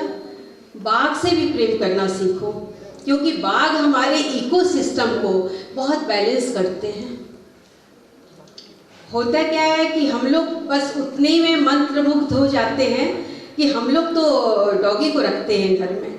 नहीं, आप जानवर मतलब सभी जानवर, सृष्टि ने अपना मतलब अपनी रचना इस ढंग से की है कि हर एक प्रजाति दूसरी प्रजाति पर निर्भर है। और अगर इसमें से एक कड़ी भी टूटती है किसी भी कारणवश, तो विलुप्त होती प्रजाति आने वाली प्रजाति के लिए संकट का विषय हो जाती है और फूड चेन हमारी पूरी तरह प्रभावित होती है। इसलिए बहुत जरूरी है कि हम लोग संरक्षण करें हर का। और मेरा ये मानना है कि हम ये संस्कृति, ये विरासत हम लोग को उस विरासत में नहीं मिला है, बल्कि हम लोग अपनी आने वाली पीढ़ी से उधार लेते हैं। तो हम लोग का ये दायित्व बन जाता है कि हम इसे अच्छी तरह सहेज के पीढ़ी को वापस करें। इसलिए भी बहुत जरूरी है कि प्राकृतिक संरक्षण की बात की जाए और उस पर अमल भी किया जाए। अब इस कड़ी में मैं दूसरा नाम लेना चाहूँगी कैलाश सांखला जी का। कैलाश सांखला जी के नाम से आप लोग वाकिफ हैं? किसी बच्चे का हाथ नहीं उठा? अच्छा, tiger man. Thank you ma'am. Tiger man के नाम से इनको जाना जाता है और अपने देश में बाघों की घटती संख्या बहुत बड़ी चिंता का विषय थी। तो इनके प्रोजेक्ट से बाघों का संरक्षण शुरू हुआ और इन्होंने जितनी रिसर्च की उसके तहत ही गवर्नमेंट ने प्रोजेक्ट टाइगर की शुरुआत की और उसके फलस्वरूप टाइगरों की संख्या बढ़ी है। इनके बहुत सारी किताबें हैं, tiger, the story of Indian tiger, A study of Indian wild life, tiger land. ये सभी रचनाओं में भारतीय वन्यजीवों की सुंदरता और उनके संरक्षण के महत्व को दिखाया गया है। तो ये बात तो हम लोग जो किए अभी तक जानवरों पर किए, और जो अभी मैंने बात कही थी जल की, ये बहुत बड़ा मुद्दा है। यहाँ सर पॉल्यूशन की वजह से जल संकट का भी बात यहाँ होती है। तो इसके लिए जो एक बहुत प्रभावशाली नाम है अनुपम मिश्र जी का है, उन्होंने इस पर बहुत गहरा काम किया है जिसकी बहुत ज़रूरत भी थी हमें। और इनके सारे काम राजस्थान जैसी सूखाग्रस्त भूमि के लिए हुआ है।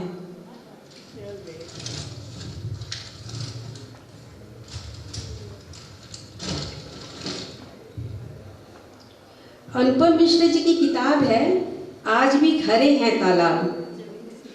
उसमें उन्होंने तालाब, बावड़ी, कुआं, इन सब संरचनाओं की जो पारंपरिक हमारी परंपरा रही है ना, उसे पुनर्जीवित किया है और बताया है कि वही सही तरीका है कि हम लोग इसमें पानी को स्टोर करें। इसके साथ ही उन्होंने ये बताया कि ये संरचनाएं सदियों से कैसे जल संरक्षण का आधार रही हैं। इनकी एक और रचना है राजस्थान की रजत बूंदे। यहाँ सभी नोटबुक लेके बैठे हैं बच्चे लोग, नोट कीजिएगा, नहीं तो हम लोग से कांटेक्ट कीजिएगा लिटरेरी क्लब से। ओके, कोई तो रिस्पॉन्ड करो। तो राजस्थान की रजत बूंदे में उन्होंने कुएं का महत्व बताया है। मैंने इस रेफरेंस में जाना, मैं खुद राजस्थान को बिलोंग करती हूँ, कि कुएं जैसी संरचना भी थी उस वक्त। ये कुएं का छोटा रूप है जहाँ मीठे पानी का संरक्षण होता है। अद्भुत चीज़ है सर। मतलब प्राचीन काल में लोगों ने कितनी दूरदर्शिता से चीज़ों को किया था और हम लोगों ने उसे तहस नहस कर दिया। यहाँ की उन्होंने सूखाग्रस्त अलवर में एक नदी है, अलवरी नदी, उसको भी पुनर्जीवित किया।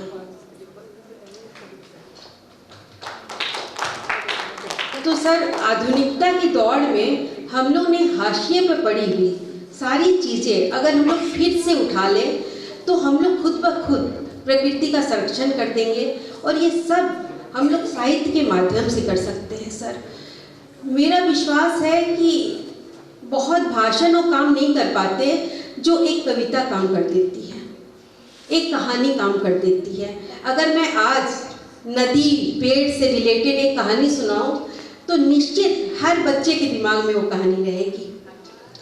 तो साहित्य का तो बहुत बड़ा रोल है मनोज जी, और लिटरेरी क्लब का मिशन ही यही है कि बच्चे शब्दों की दुनिया से जुड़े, पर्यावरण से जुड़े, अपने पेड़ पौधे, हवा, पानी सबका सम्मान करना सीखें, अपने बुजुर्गों का सम्मान करना सीखें, क्योंकि वे हमारी इतनी बड़ी धरोहर है कि अगर हम उनके पास थोड़ी देर बैठे अपना मोबाइल छोड़ के, बुरा न माने तो उनसे हमें इतना ज्ञान मिलता है, इतना कुछ सीखने को मिलता है।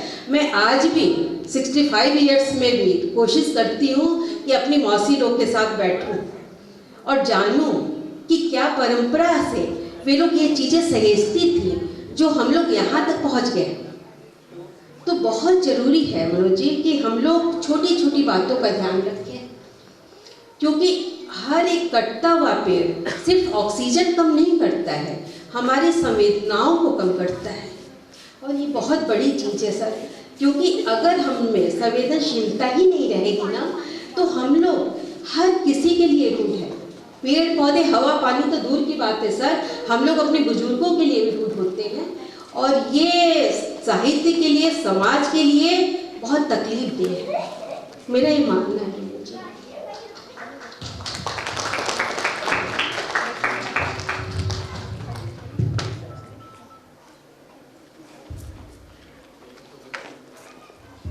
Thank you ma'am. इतना विस्तृत आपने साहित्य का और पर्यावरण का, हमारा प्रकृति का कैसे एक दूसरे के साथ रिलेशनशिप है, उनका कंजर्वेशन में कैसे साहित्य मदद कर रहा है। अब जैसे प्रॉमिस किया था हमने कि हम थोड़ा सा इंट्रोडक्शन सिंगरौली को देंगे कार्बन क्रेडिट के बारे में। क्योंकि मेरा पर्सनली भी ये मानना है कि जब हम सिंगरौली के विकास की बात करते हैं और हम green environment, green economy, green development की बात करते हैं, तो कार्बन क्रेडिट एक बहुत ही क्रूशल रोल प्ले करेगा हमारे लिए भी। और किस तरीके से हम ओवरऑल हमारे इस क्षेत्र का विकास कर पाएंगे, तो हमारे तीनों जो मेन टेक्निकल एक्सपर्ट्स हैं एनवायरनमेंट के, उनसे मैं सवाल लेना चाहूँगा। इसमें आपकी टिप्पणी थोड़ी सी, इस बार हम लोग थोड़ा सा रैपिड चलेंगे सर, ज़्यादा टाइम हमारे पास नहीं है।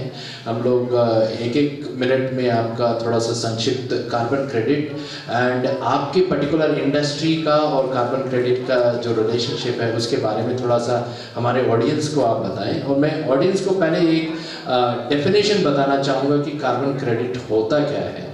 कार्बन क्रेडिट इज जब 1 टन कार्बन डाइऑक्साइड फिक्स किया गया या फिर उसको लिबरेट होने से बचाया गया। तो वॉट एवर प्रैक्टिसेस या टेक्निक्स या टेक्नोलॉजी जिनके यूज़ करके आप ये काम कर रहे हो, तो अगर 1 टन कार्बन डाइऑक्साइड को आप रोकथाम कर रहे हो तो दैट इज़ 1 कार्बन क्रेडिट। तो अब ये आपको पता चल गया कि कार्बन क्रेडिट होता क्या है। Now I will request our experts, technical experts from their industry थोड़ा सा उसके बारे में कोरिलेशन बताएं। और हम लोग यहाँ सिंगरौली में आप लोग की तरफ से मैं चाहूँगा कि कुछ इनिशिएटिव अगर कुछ हो सकता है तो उस चीज़ पे हम बात करें। मनोज जी, जैसा कि आपने कार्बन क्रेडिट की बात की, पॉल्यूशन कंट्रोल के किसी भी मायने में, मैडम ने भी जैसा बोला, पेड़ का बहुत अहम रोल है। और पेड़ प्रकृति का एक वो नायाब तोहफा है जो कार्बन डाइऑक्साइड को सूखता है और ऑक्सीजन का उत्सर्जन करता है उसके बदले में। और ये जो बेसिक प्रॉपर्टी है पेड़ की, वो उसको हर तरह के पर्यावरण के प्रदूषण से बचाने में बहुत अहम रोल प्ले करती है। जहाँ तक कार्बन क्रेडिट की बात आपने की, तो 1 टन अगर प्रति वर्ष हम बचाते हैं तो उससे 1 कार्बन क्रेडिट होता है। और एक पेड़, नॉर्मल पेड़, एक एवरेज भी बोला जाए, तो वो साल भर में 20 केजी ऑक्सीजन का कार्बन डाइऑक्साइड को, कार्बन को वो सोखता है और उसके बदले में ऑक्सीजन देता है। तो इस विधा से अगर हम देखें तो हमारे यहाँ जो वृक्षारोपण का कार्यक्रम चलता है खदान के अंदर के सारे क्षेत्रों में, वो हम करीब करीब 2500 पेड़ प्रति हेक्टेयर लगाया करते हैं। और इस तरह से अगर आप देखें तो कार्बन क्रेडिट के पॉइंट ऑफ व्यू से हम 40 टन प्रति वर्ष प्रति हेक्टेयर कार्बन के उत्सर्जन को रोकने में कारगर हो जाते हैं और उस तरह से हम कार्बन क्रेडिट के हकदार हो सकते हैं। हालांकि इससे रिलेटेड अभी सारी फॉर्मेलिटीज गवर्नमेंट गाइडलाइंस के रूप में बहुत जल्दी लाने वाली है और उसके बाद कार्बन क्रेडिट लेना, उसकी मार्केटिंग कर पाना, ये सारी चीज़ें संभव हो पाएंगी और तब हम उस स्थिति पे होंगे कि क्या कर रहे हैं। जहाँ तक वृक्षारोपण की बात है, नॉर्दर्न कोलफील्ड्स इसमें बहुत सघन अभियान चलाता है।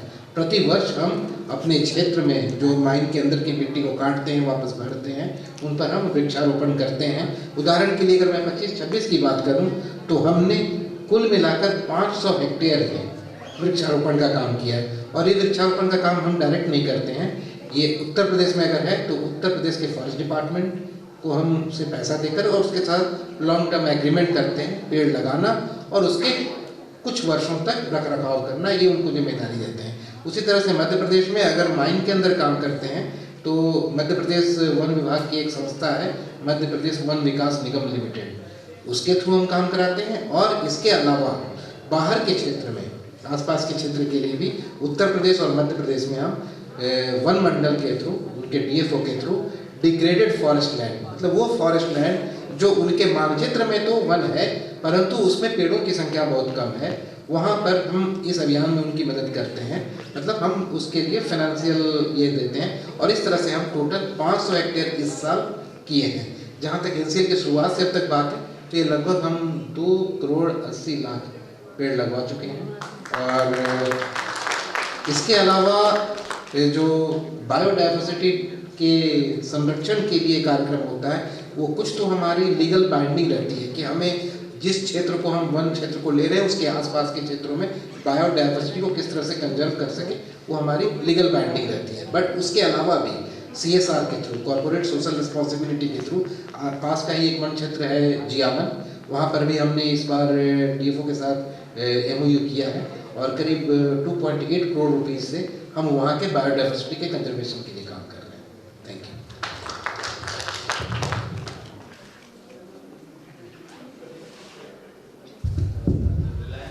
रिलायंस क्या कर रही है ये सब्जेक्ट, तो जो मेन चीज़ था कि प्लांटेशन, तो बेसिक ठीक था। जहाँ CO2 के बारे में बात हो रही थी, कार्बन क्रेडिट के बारे में, तो अपने प्लांटेशन कितना नंबर ऑफ ट्रीज, तो अप टिल नाउ रिलायंस ने जो किया है सबने बता ही दिया है कि कार्बन क्रेडिट क्या होता है, ट्रेडेबल सर्टिफिकेट कितना इमिट करते हो, कितना सेव करते हो, लाइक, तो वो जोर शोर से अभी गवर्नमेंट लीगल कंपल्सन तो उस तरीके से आया नहीं है, वो आ भी जाएगा उस आगे आने वाले समय में। हम लोगों ने अभी तक रिलायंस 2013 से रफली 6.5 लाख प्लांटेशन किया हुआ है। प्लांटेशन, और उसको प्लांटेशन करना मतलब कर देना, उसको नर्चर भी करना। तो इट्स नॉट दैट ओनली कि प्लांटेशन कर लिया, नंबर काउंटिंग कर लिया, हमने पॉल्यूशन कंट्रोल बोर्ड को दे दिया, it is not like that. Maintenance of those area तो ज़्यादा इम्पोर्टेंट है। और ये सालों साल एक बहाना होता है, इन्वायरमेंट वीक बनाते हैं हम लोग, लेकिन काम तो यही करते हैं हम लोग।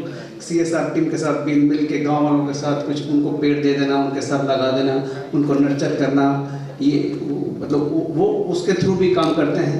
एंड देन अदर पार्ट, एक पार्ट ये हुआ, और कंजम्पशन, डीजल कंजम्पशन रोकना, वो एक दूसरा एरिया है जहाँ पे हम लोगों ने बहुत काफ़ी काम किया हुआ है कि कोशिश की है कि गाड़ियों के जो डीजल कंजम्पशन वाली जो गाड़ियाँ हैं पेट्रोल वाली, उसको हमने ई-रिक्शा में काफ़ी हद तक, तो वो तो माइनर है, वो उसका बहुत बड़ा सिग्निफिकेंट उन्होंने, बट वो छोटा सा स्मॉल कंट्रीब्यूशन है जो कि इसमें रोल प्ले करती है।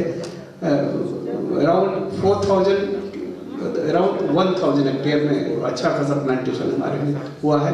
Otherwise also MP pollution control board के नॉर्म्स के हिसाब से, जहाँ पॉल्यूशन कंट्रोल बोर्ड के नॉर्म्स के हिसाब से, इसी नॉर्म्स के हिसाब से 30% हमको प्लांटेशन करना ही है, नहीं करने जैसा चीज़ नहीं है। तो 30% क्या, ऑलमोस्ट 50% हम लोगों ने किया हुआ है और उसको मेंटेन भी किया है।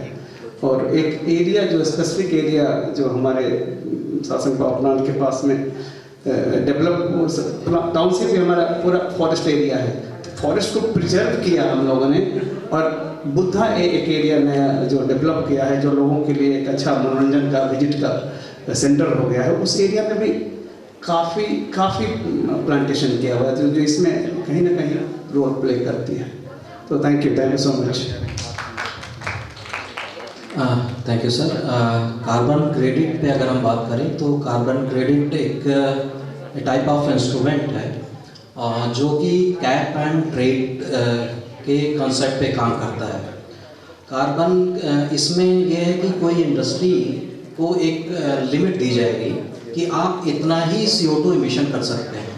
सपोज दैट अगर एक थर्मल पावर स्टेशन है, वो एनुअली मान लीजिए उसको X अमाउंट का अगर वो CO2 एमिशन कर रहा है, और वो अपने मेज़र से, अपने मेथड से अगर X से कम कर रहा है, तो जितना डिफरेंस आएगा वो उसका क्रेडिट हो जाएगा। और कोई इंडस्ट्री अगर ऐसी है जो कि जिसके पास अगर एक Y लिमिट है और Y से ज़्यादा कर रही है, तो वो जो X से कम किया था वो Y को सेल कर सकती है। तो इससे ये होगा कि या तो आप क्रेडिट कहीं से परचेज करें, या कोई अपनी मेथोडोलॉजी, अपने मैकेनिज्म से पोल्यूशन को कंट्रोल करें और CO2 एमिशन को कम करें। तो this is a carbon credit mechanism. हाँ, अभी इस कार्बन क्रेडिट मैकेनिज्म का गवर्नमेंट ऑफ इंडिया में इस पे चर्चा चल रही है, फ्रेमवर्क बन रहा है, और आने वाले दिनों में ये एक लॉ और एक्ट के फॉर्म में भी आ जाएगा और इंडस्ट्रीज़ को उसको कंप्लाई करना पड़ेगा। NTPC की बात की जाए तो अभी जैसे मैंने बताया कि 50 साल पूरे हुए हैं। Afforestation is one of the major to absorb the CO2, और हमारे CMD साहब ने इस साल एडिशनल 10 लाख पेड़ लगाने की घोषणा की है। और 7 तारीख को जिस दिन था उस दिन सभी यूनिट्स में फॉरेस्टेशन किया गया, और more than 60,000 single day 1 hour में किया गया है, सुबह 7 बजे से 8 बजे तक। और हर साल हम फॉरेस्टेशन करते हैं, जैसे NCL सर ने बताया कि MP विवियन, क्योंकि विंध्याचल जो है वो मध्य प्रदेश में है, तो मध्य प्रदेश विकास वन निगम लिमिटेड के सहयोग से हम पेड़ लगवाते हैं। और क्योंकि जो थर्मल पावर स्टेशन है उसकी एक लिमिटेड बाउंड्रीज हैं और एक लिमिटेड लैंड बैंक है हमारे पास, तो हम MP विवियन की जो उपलब्ध भूमि है उन पे वृक्ष लगवाते हैं। और अभी तक विंध्याचल ने लगभग 27 लाख से ज़्यादा पेड़ लगवाए हैं। तो इस तरीके से, और जैसे CO2 कैप्चरिंग की बात की, CO2 कैप्चरिंग भी शुरुआत हुई है, तो वो भी कार्बन क्रेडिट के रूप में आएगा। तो carbon credit in future India में प्लेस होने वाला है और सारी इंडस्ट्रीज को इसको फॉलो करना पड़ेगा। Thank you.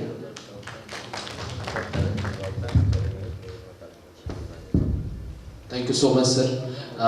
तो इस चीज़ के लिए मेरा एक छोटा सा सुझाव है, शायद आप लोग उस पर अपनी टिप्पणी कर सकते हैं। We can speak later on wrap up करने के बाद, कि बिकॉज आप CSR स्पेंड करते हैं, एरिया के ग्रोथ के लिए भी देते हैं, एनवायरनमेंट के लिए भी दे रहे हैं, देन बिकॉज अगर agriculture practices, let's focus on agriculture practices, क्योंकि हमारा भारत विकसित कब होगा? जब फार्मर विकसित हो जाएगा, क्योंकि वहीं से फूड सिक्योरिटी भी होती है और वहाँ से अगर साथ में एनवायरनमेंट सिक्योरिटी भी होना शुरू हो जाए, that means going to use of organic farming और आपका यूज़ ऑफ बायो फर्टिलाइजर्स वगैरह।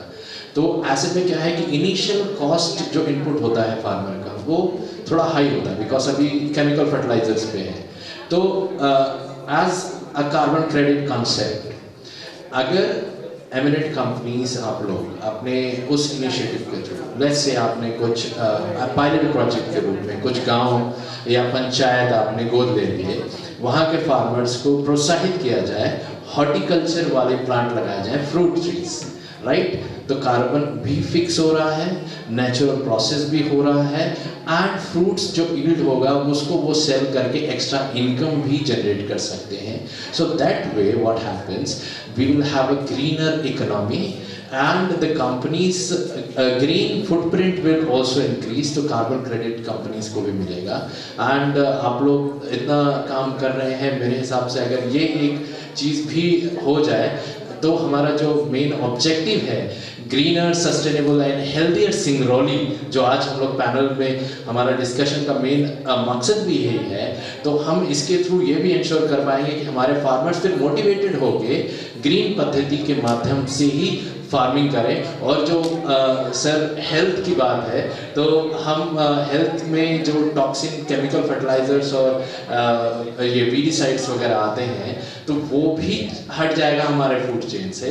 Then we will have a healthy food to eat, तो हमारा कुछ कहीं पे तो हमारे ओवरऑल डेवलपमेंट होगा। और इसके साथ मैं अपने तरफ से विराम देता हूँ, और सर आप जब अपना बोल लें तो सबसे मेरी रिक्वेस्ट होगी एक 30 सेकेंड का एक wrap up statement from all. आपने जो एग्रीकल्चर से रिलेटेड चीज़ों में कुछ बोला, तो मेरा एक सुझाव है कि अगर कोई सेल्फ हेल्प ग्रुप इस रीजन में हो जो इस दिशा में कुछ करना चाहता हो, तो वैसा प्रस्ताव हमारे पास लाएंगे। तो हमारे यहाँ CSR डिपार्टमेंट जो है उसके GM साहब से ये बात करके प्रस्ताव को आगे बढ़ाया जा सकता है। धन्यवाद। टू सम एक्सटेंट ये एग्जिस्ट कर रहा है हमारे केस में, कुछ आंगनवाड़ी के थ्रू है, कुछ 2 एरिया है, एक सूर्य विहार है, एक कृष्ण विहार है, वहाँ पे ये एक्टिविटीज चल रही है।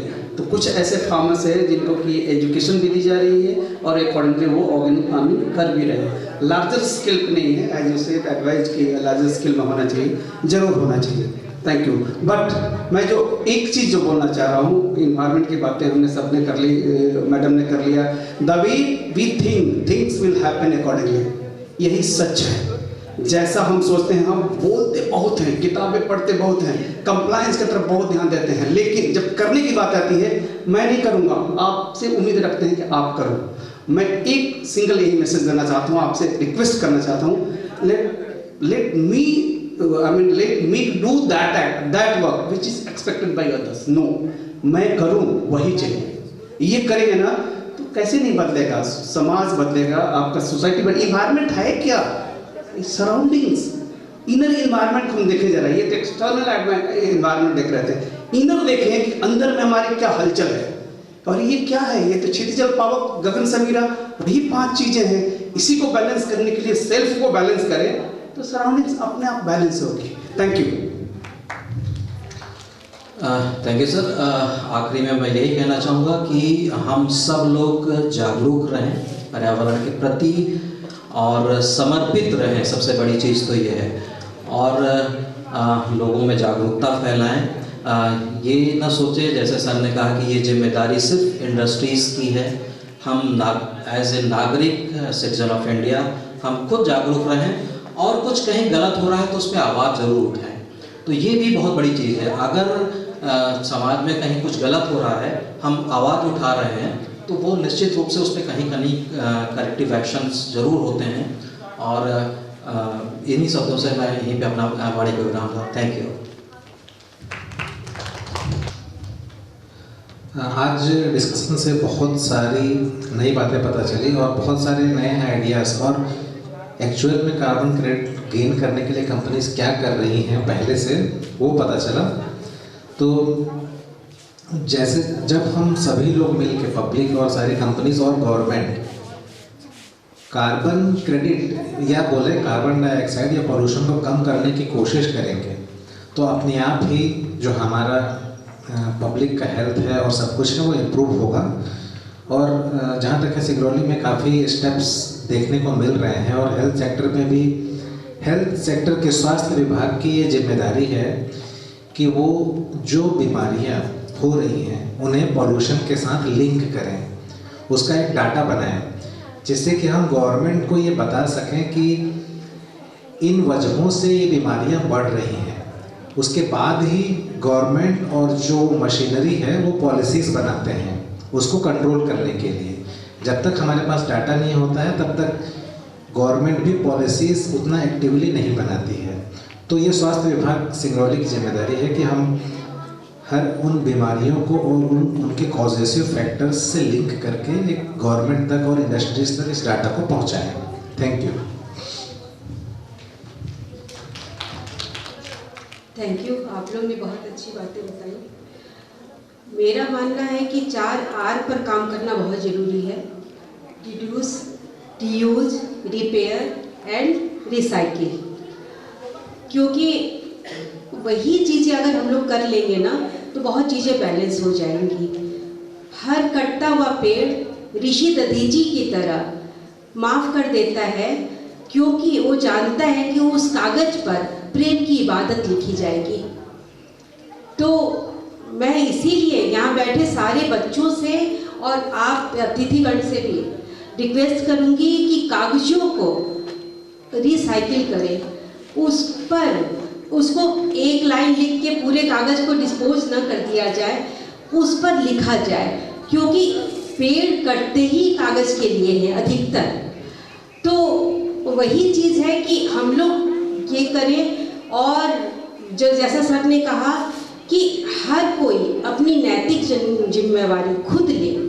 सरकारी योजना चलेगी इसलिए होगा, या प्रिंसिपल सर कहेंगे इसलिए मैं प्रांगण को साफ रखूं, ऐसा नहीं होना चाहिए। सबकी अपनी नैतिक, साहित्यिक और सांस्कृतिक जिम्मेवारी बनती है, और अगर हर कोई अपनी जिम्मेवारी खुद लेगा, खुद ब खुद चीज़ें ठीक होती चली जाएंगी। Thank you sir.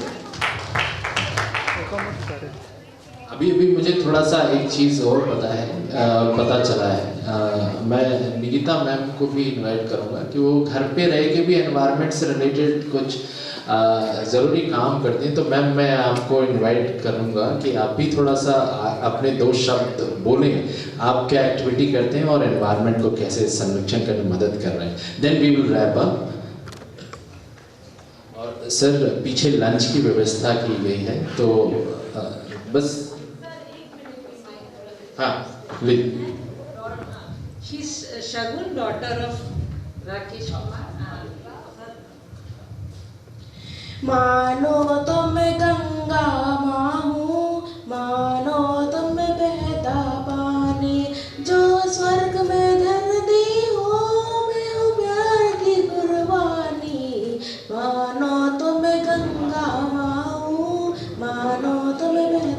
Thank you. Very good Shagun, thank you. यहाँ उपस्थित सभी सम्मानित सदस्य को मेरा नमस्ते।